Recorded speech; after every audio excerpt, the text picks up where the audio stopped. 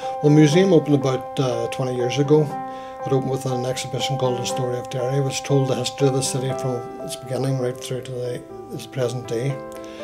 A few months ago we've had a new exhibition called The Spanish Armada, which is stuff that was discovered off the Donegal coast, which have now brought into the museum, and that is now the new exhibition. The Story of Derry is closed presently and will be reopening this summer, so we'll have 2 full exhibitions available from this summer on.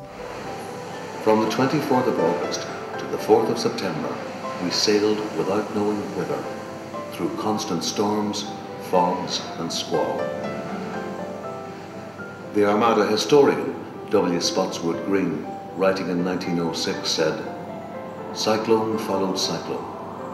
Those of August 23rd to the 24th, September 10th and 2nd being the heaviest." There's been a huge change, certainly in the Tower Museum, with the addition now of this new Spanish Armada gallery, and that's been an enormous change really for the whole visitor experience. My job is to obviously promote 2 exhibitions at the Tower Museum for education.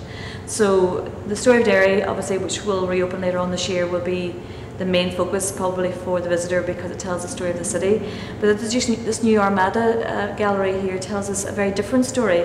And so from an education point of view, we now have 2 very different but complementary exhibitions to promote to schools and obviously to a general kind of wider audience as well. This museum is seen specifically with the Spanish Armada in Ireland.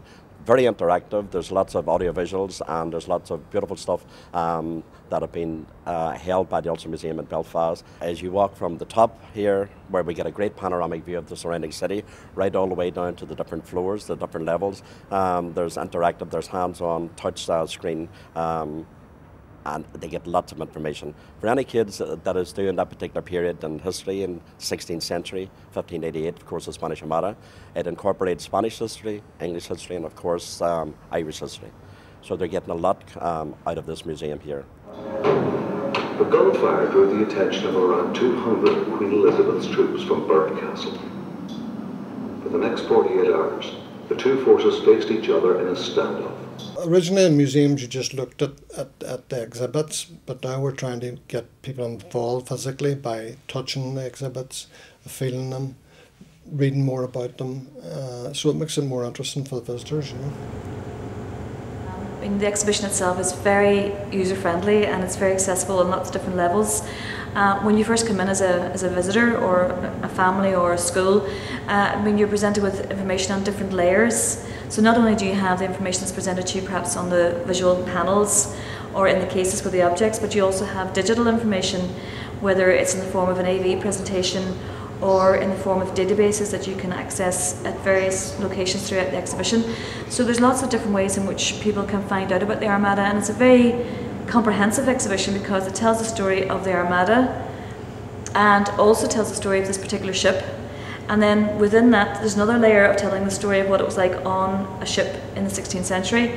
And yet another layer is telling us what it was like to be an underwater archaeologist and how you actually got those objects from the seabed into the museum today. So I think it's very interesting for the visitor, and because it's a story that has a local connection because of the City of Derry Sub-Aqua Club, it's interesting, but it also has a wider kind of international appeal as well, which makes it even more interesting maybe for general tourists to the city.